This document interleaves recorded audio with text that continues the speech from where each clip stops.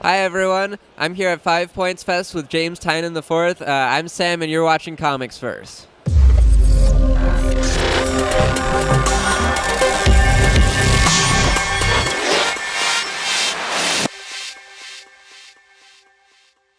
So, I wanted to talk to you first about Detective Comics, which you're writing right now. I love the first two arcs, and I felt like the theme for Rebirth, that is, I felt like the theme for me, it felt like it was about Batman trying to figure out what's enough for him to do and what's too much. Did you have anything like that in mind writing it, or any other, like, overarching themes? Yeah, I mean, I think that's very much a big part of it, and I think almost the larger thing that I was trying to go for is the idea of Batman's humanity, and the fact that Batman isn't this, like unapproachable bat god. He can't do everything himself. There are things that he needs to reach out to people to do, and he's actually not that good at reaching out when he needs help. And that's what we tried to start in the first issue, with him reaching out to Kate Kane, telling her that he needs her to do what he has to do. And throughout the series, you have these characters sort of pointing out that Batman can be doing more. He can be more effective. He can do a lot more. He just needs to let go of a bit of the control that he exerts over Gotham and his own life. But he's not good at letting go of that kind of control. So, I mean, that's part of why we wanted to see in the first arc Batman up against an organization that uses the philosophy of Batman as a weapon. And that was the sort of core idea of the colony. And then in the second arc, we had Batman come up face to face with the consequences of his actions. So it's like it's him seeing Batman gone wrong, and it's him seeing another version of Batman gone wrong. So you have these two elements that are really confronting Batman right off the top, and that's sort of one of the core ideas of my detective run, is kind of humbling Batman and showing him that that his greatest strength are the people he's surrounded with, and that's why Detective Comics is a team book. Right, awesome. Is there anything you can tell us? I know there's some great stuff upcoming in Detective Comics. I hear the return of magic. Can you tell us anything about that?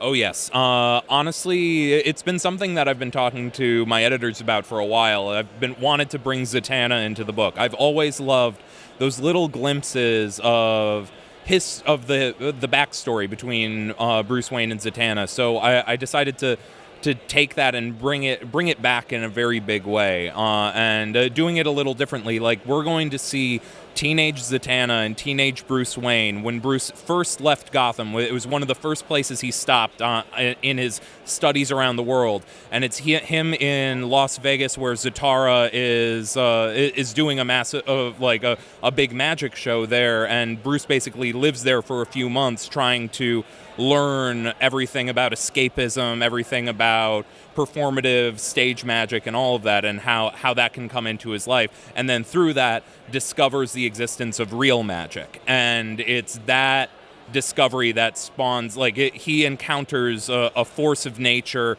that he's very tempted by in the past, and now where he's at in the present, he's tempted to use again, even though it has huge destructive possibilities. And then at the same time, in that arc, Intelligence, we are also seeing the Sacred Order of Saint Dumas come back to the forefront, and with a handful of classic Azrael characters from the 90s, and those all of that's coming to a head because the Saint Dumas has realized that they can't keep bringing in humans to be their Azrael, to be their sword, because they all end up developing a conscience and leaving them. So they decided to build, they decided to take the system, the whole concept behind Azrael, and then just put that into an artificial intelligence. And that is Ascalon, basically an assassin robot, and he's coming to Gotham City to eliminate the previous iteration of Saint Dumas and make way for the new one. And all of this is coming to a head at the same time, and it's all about these characters grasping the fact that you need to accept that you can't know everything about the universe. And yeah, so I'm very excited about this arc. It is definitely the craziest arc yet of Detective Comics. All right, well, I'm very excited. I'm sure you get a lot of questions about Detective Comics, so I wanted to move on now to a lesser-known book, the KAMANDI Challenge, which you wrote an issue of. It's a personal favorite of mine. I wanted to know, what's it like writing for a book where the writer and artist change every issue? It was a really, really interesting thing. Honestly, the second I heard that DC was doing it, I remember I reached out to Dan DiDio saying that I really wanted to be a part of it. Because it's such a cool concept. The idea of the kind of round robin, the story challenge of having a cliffhanger given to you and having to write your way out of it, and then throw another cliffhanger at the next writer, and all you had to do is make sure, like, we're sort of tracing the original map of the KAMANDI world that Jack Kirby drew back in the original run. So it's like, I was given the Kangaroo Rat Murder Society, which also, that was really fun though, was realizing that even though it wasn't part of Kirby's original run, the Kangaroo Rat Murder Society only actually showed up on panel during the last 2 issues of KAMANDI ever, which also had the Great Wondrous Western Wall, which is apparently where the Great Disaster began. So I had all these amazing pieces, and then it was just figuring out how to build like a really fun, compelling issue. It was just it was pure like story solving, and then on top of that, I was working with Carlos D'Anda, and he did such an amazing job on that. I desperately want to work with him again. Awesome. And what's it like writing for a character who really hasn't been seen in a while? Honestly, it's really fun because you get to. I think a lot of characters. And I think this is something that applies to a lot of Rebirth and the kind of ethos at DC right now. I think there are a lot of familiar characters that, what their cores have been done so often that every time someone comes on a character like even a Batman, they want to put their own spin on it. They want to give their own take. But when you have a character who hasn't shown up in a long time, what you really are trying to tap into is the core of the character as they were originally presented.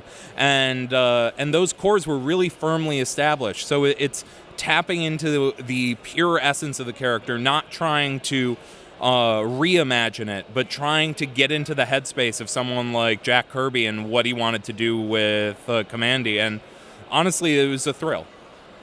Awesome, thank you. And last, before we go, I wanted to ask you, you're working on DC's big summer event, Dark Days The Forge and Dark Days The Casting. I'm sure it's all very top secret, but can you tell us anything at all? Well, the important thing about The Forge and The Casting is they are the 2 steps towards Metal, the big fall event that's going to be written by Scott Snyder, art by Greg Capullo, and Metal is going to be the biggest, craziest story of the year. Honestly, I've been working with Scott on that for most of like a year and a half now, and there has never been a DC event quite like it. So The Forge and The Casting show kind of 2 threads, one of which is that Batman has been uncovering a mystery connected to all of these strange metals in the DC universe for years. And then it's also seeing that, and this was revealed elsewhere, so I can reveal it here, that it's covering the fact that Carter Hall, the original Hawkman, was covering that same mystery of the metals, going all the way back to his first life. So it's a mystery that stretches back to the dawn of humanity in the DC universe, and it is going to reshape the DC cosmos in a big way. So I think the solicits to Dark Days say it's the dark multiverse is coming, and I can't say anything about what that means, but it is going to shake up DC in the biggest possible way. Awesome. Well, thank you so much for talking with us. Yeah, thanks for having me. Right. I'm Sam. You've been watching James Tynion IV. We're here at 5 Points Fest. For more great interviews, podcasts, reviews, and analysis, head over to comicsverse.com. Thanks for watching.